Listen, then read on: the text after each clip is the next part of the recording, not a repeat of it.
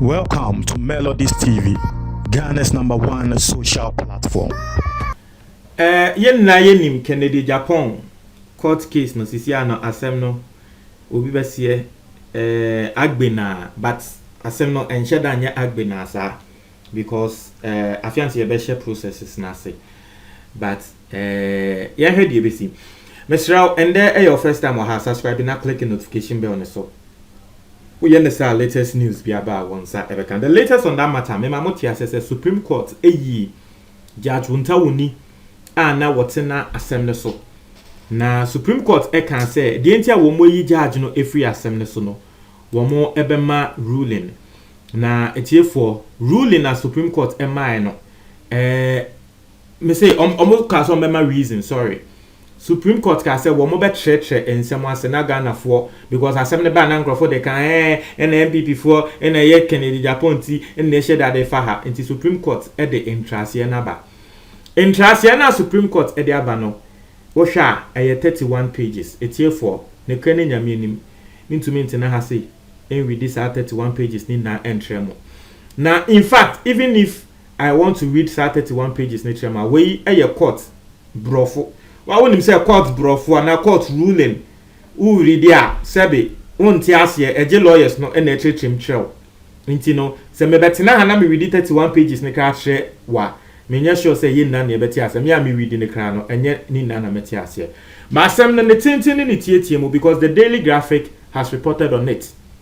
na summary Daily Graphic no ede aba na ene na me de bremo asem ne tofa ne tintin ni tietie mu eni ni na ene say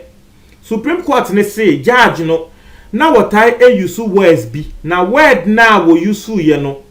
on countless occasions word na wo use ye no eno ejina so ema Supreme Court wo mo age asem na free nsem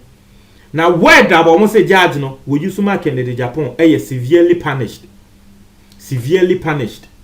that's asem na wo ka Kennedy Japan no na yakase will be severely punished na trese nipa kro no ye say ye betwe naso ama wono ankase hu say yes we dey ya twe naso and na severely punished ye ka say you be punished that one is normal you can get a light punishment and mid punishment but ye see so say severely na trese punishment aye de be ma no aso ano ohye sa na ye ka no ye betwe waso na aso na ye twe no ye be ma ano aye hye it is Supreme Court say judge na what in a case ne so no worse way na eya wo use ma Kennedy Japan. Meanwhile the judge is supposed to know say Ghana has say answer na wodi wo bi abekọ court no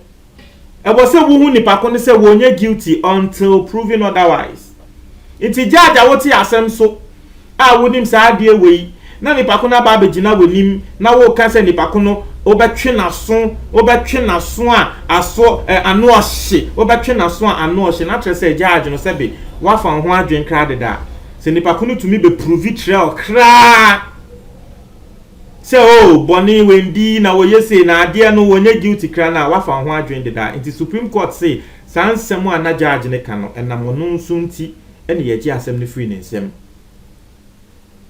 wasi he demonstrated prejudice, bias, and in fact, this amounts to grave judicial indiscretion for a judge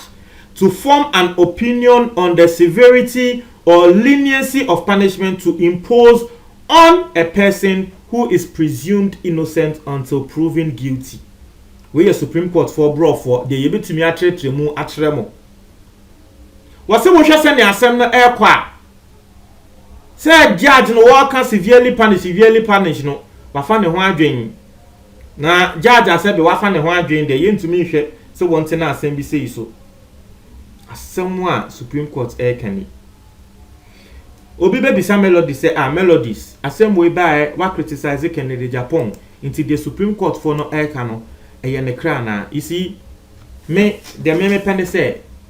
ne kra da bebia yemfa nto ho. Right? I can criticize Kennedy Japan for all I care. This particular matter, you can decide to do politics with it for all you want. But the fact of the matter and the truth of the whole matter, and they say, asumesi nanka eyewo ena wakwa gina judge anim na asem wo wakwa katra judge ne say unye guilty na judge ne issue words bi say ya me gidi e wo makomem say ye wo kranka wo yemba hyehyew me see oh ati for muti dede wo me chia NDC fo bi na wo MDC fo bi na wo say mahama aba me area when no ye me dede sa no me sre mo fanche me I don't know whether you guys are hearing noise at my back but MDC fo bi no mo afofo mo PA system na wo mo de be fefa ye we na to say wo mo boy dede sa me sre mo fanche me inti se wuti dede afache me but asem America ni yenti asem ne so before we derail yenti asem ne so me see etiefo